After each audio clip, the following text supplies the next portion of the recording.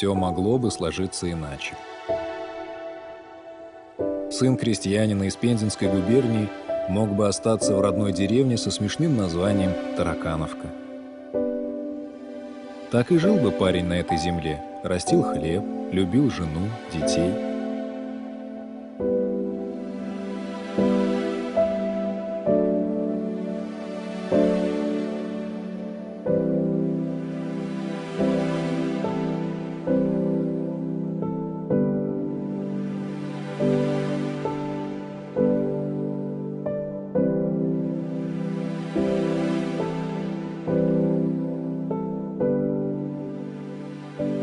Мог бы он уже и в Казани закончить медресе Мухаммадия, и называли бы его почтительно Карим Хазрат или Карим Табиб.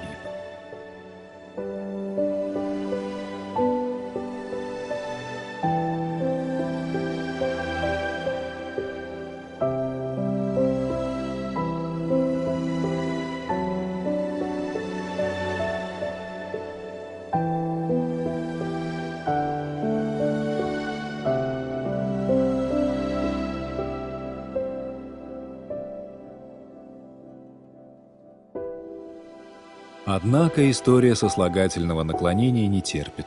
Есть Карим Абы Тинчурин, классик, основоположник, основатель.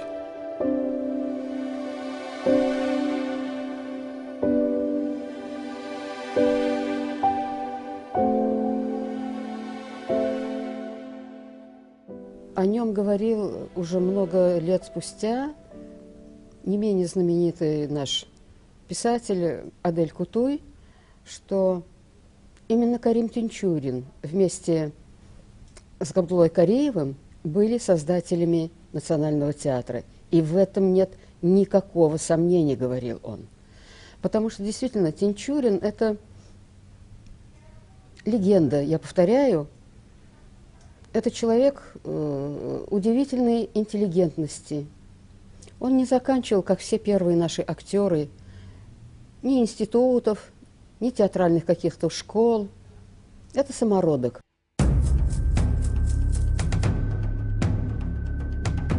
Рожденные революцией, ей же казненные.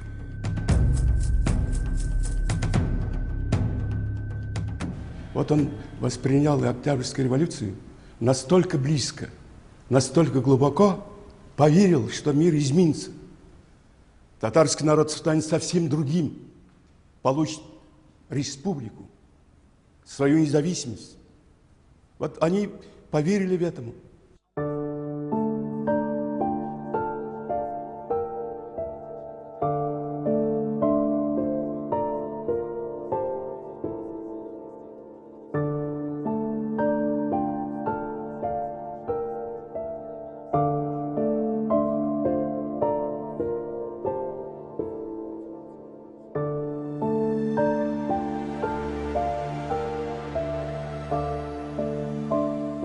Целая плеяда гениев. Без них многое в Татарии просто не состоялось бы.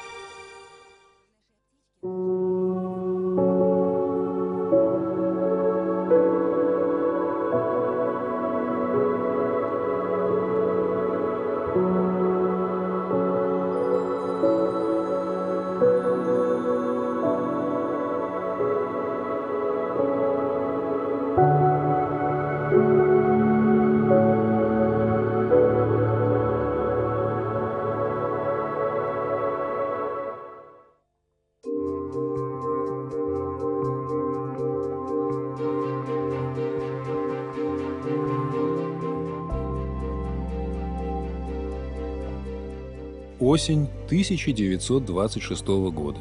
Народный театр имени Луначарского. Первый государственный татарский театр в Новой России. Премьера «Голубая шаль».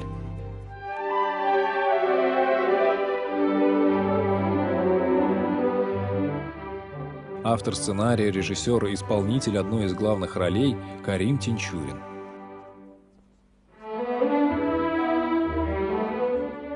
Аншлаг. Зрительный зал переполнен и в первый день, и через месяц, и через год. Впервые труппа Казанского татарского театра может слегка передохнуть. До этого им приходилось разучивать по 70-80 ролей в год. После революции и гражданской в Казани осталось всего-то около 1700 человек. А теперь давайте условно посчитаем количество театралов. Труппа была вынуждена приковывать внимание зрителей любым способом.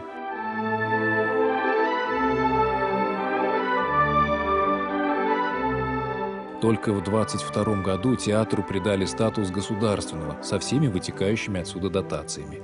До этого актеры бедствовали. Они бездомные, они голодные, они холодные. У них денег, они постоянно на колесах. У них нет денег для того, чтобы купить билеты на поезд.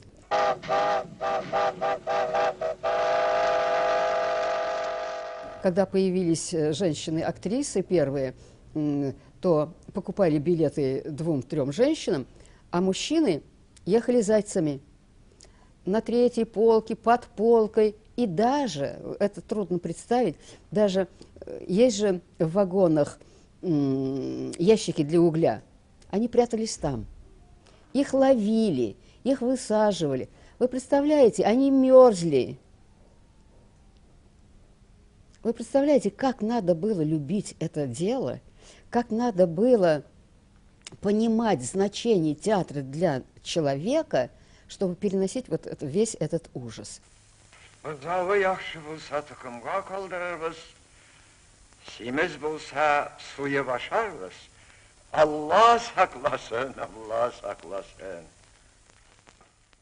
Успех «Голубой шали» искренне обрадовал Карима Галеевича. Наконец-то можно ставить не 80, а 11-12 спектаклей в год. Можно отказаться от суфлера.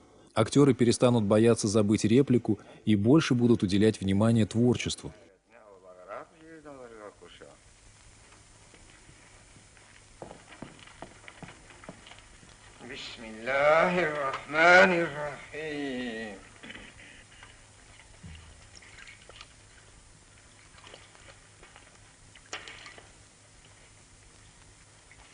أشهد أن لا إله إلا الله أشهد أن محمدا رسول الله إنا أنزلناه في ليلة القدر ليلة القدر خير من 1000 شهر تنزل الملائكة والروح فيها من كل أمر بسم الله الرحمن الرحيم الله شكرا. Карим Тинчурин в основном над кем смеялся? Он очень сатирик, юморист. Он смеялся мелкими жуликами у татар. Безграмотные муллы, конечно, были образованные муллы среди них. Он смеялся, кто много поженился. Каждый раз муллы же у нас до 4 жен брали, потому что богатые были они, содержали 4 жен. Вот он над ними смеялся. Не оскорблял, любя смеялся. Он такое богатство оставил вот нам. Бери любую пьесу, там менталитет татарского языка, менталитет татарского народа.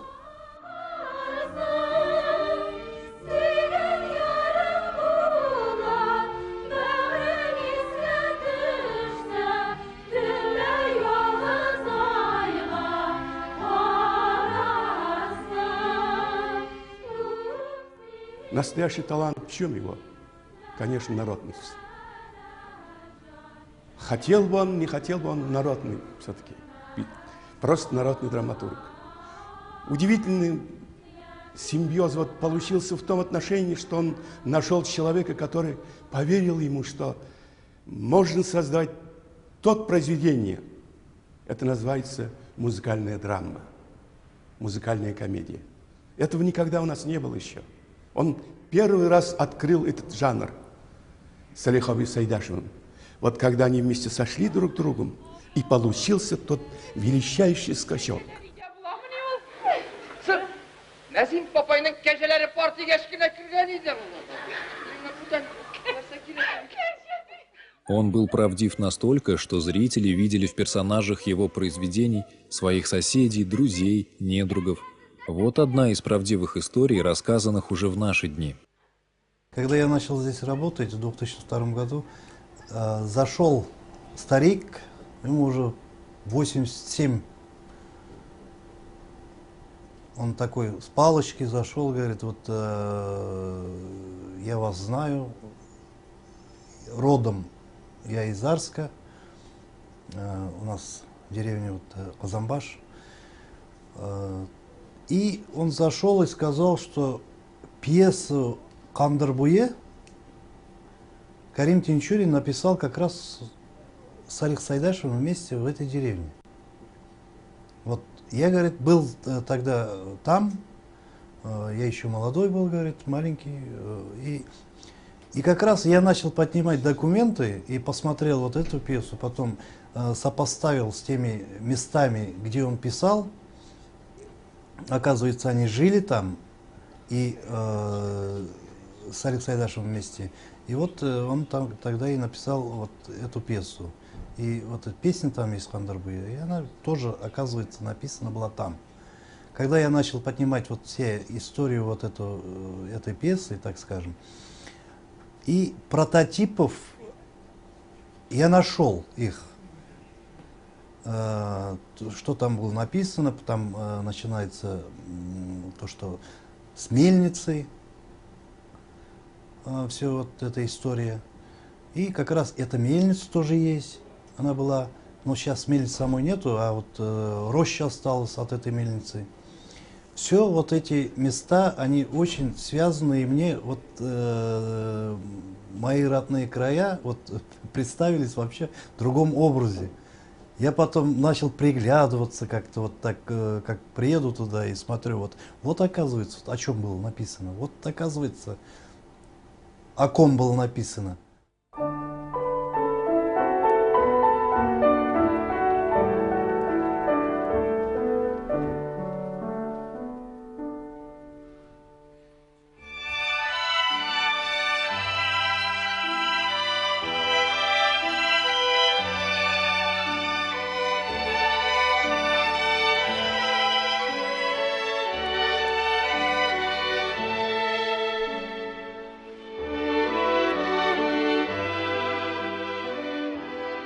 Театр стал невероятно популярным.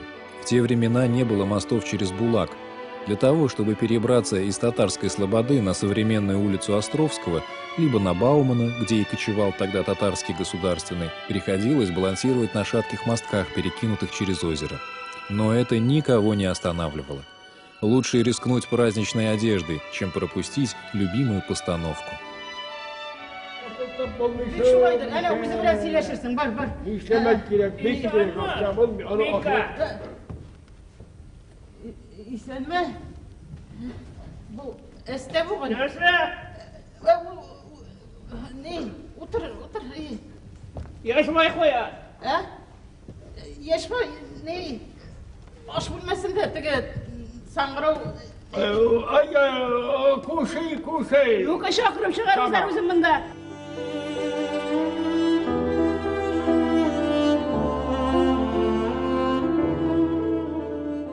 И все же в 28 году Тинчурина увольняют из театра. Он уезжает в Астрахань, если бы он там и остался.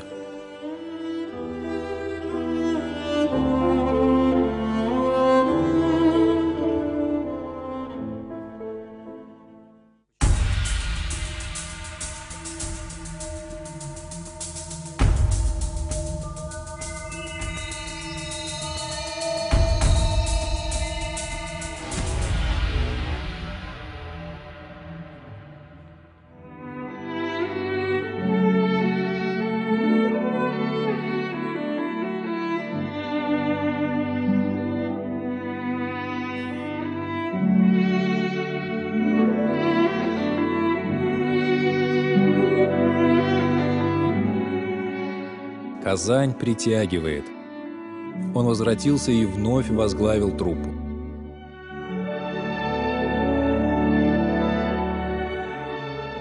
Он слишком любил свое детище, и его любили в театре.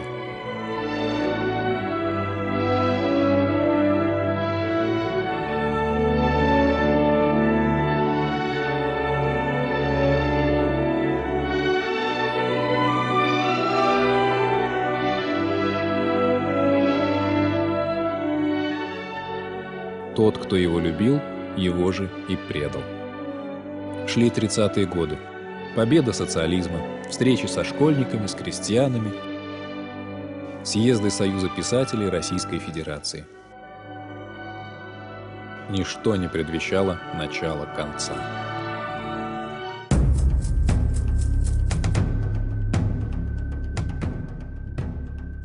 Его выгнали из театра. Просто выгнали. Нашлась определенная группа актеров, которые сочли, что он не может быть руководителем театра. Это актер, его обвинили в том, что он сам пишет пьесы, он сам ставит эти пьесы и играет в этих пьесах. Он действительно премьеры первый раз свои пьесы ставил сам. Поэтому определенное чувство, наверное, зависти.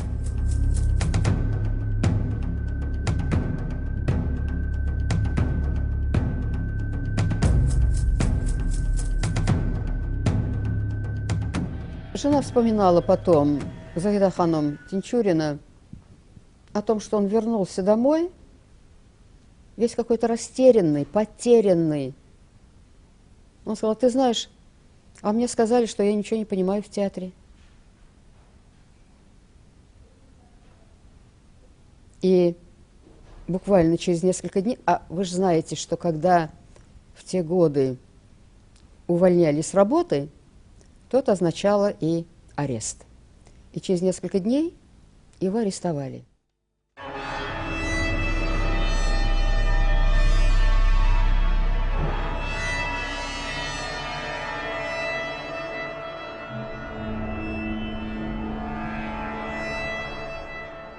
Его жутко пытали. Его избивали до такой степени, что он не мог ходить. Его обвинили в том, что он японский шпион, что он пишет антисоветские пьесы. Ну и, естественно, требовали, чтобы он признался в этом. А он не признавался. И через год с небольшим, 15 ноября 1938 года, в 1:50 ночи его расстреляли. И вы знаете, вот в следственном материале, в следственном деле Тинчурина, вот это такое ханжество, что обязательно надо было указать, во сколько часов он, не только день, не только год, но час, минуты.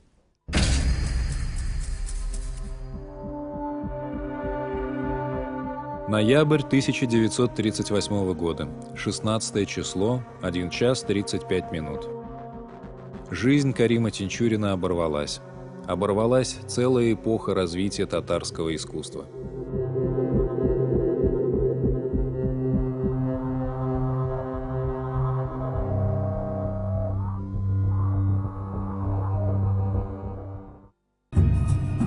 Фатхи Бурнаш и Карим Тинчурин расстреляны. Сайдашев отлучен от театра.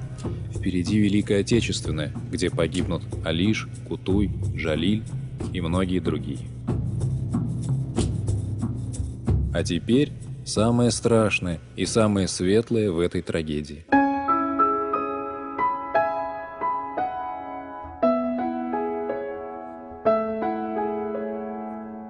Жена Карима Галеевича, Загида Ханум, актриса первой труппы театра «Саяр», вымарана из истории.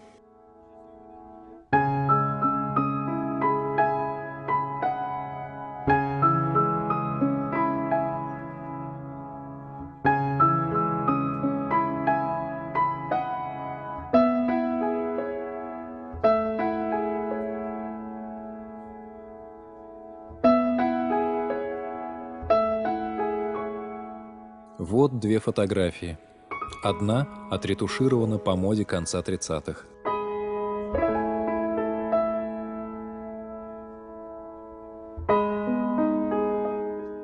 По счастливой случайности она надолго пережила мужа. Ее почему-то не арестовали, не расстреляли.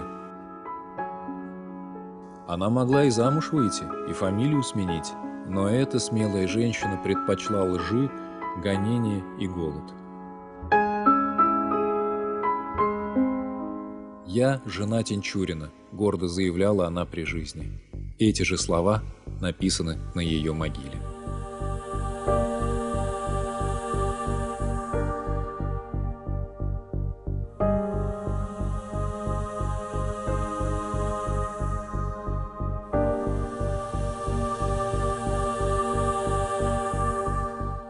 До середины 50-х Загида Ханум не знала, что случилось с ее мужем. Ей сказали, сидит без права переписки. Срок 10 лет. В 47-м заявили, умер в тюрьме. И только в 50-х, когда стали возрождаться его спектакли, она узнала правду. Убит, расстрелян.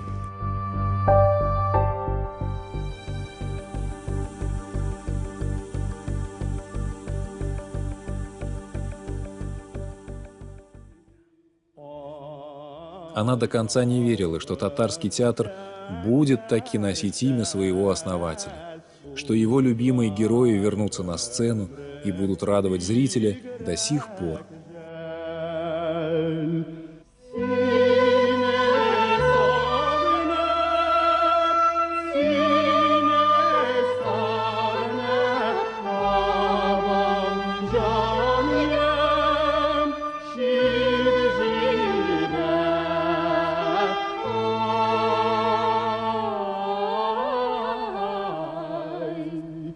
Тема, которая поднимается в этих спектаклях, она и сегодня, по сей день, до того актуальна.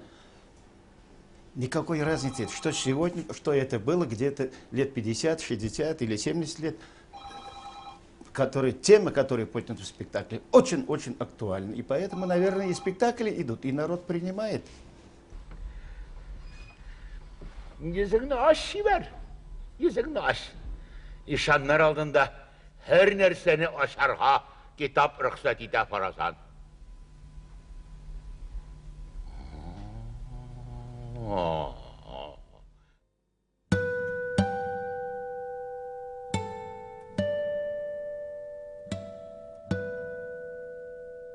Предназначено свыше остаться в истории, пройти через борьбу, боль и страдания. На радость всем его спектакли до сих пор вызывают аншлаг.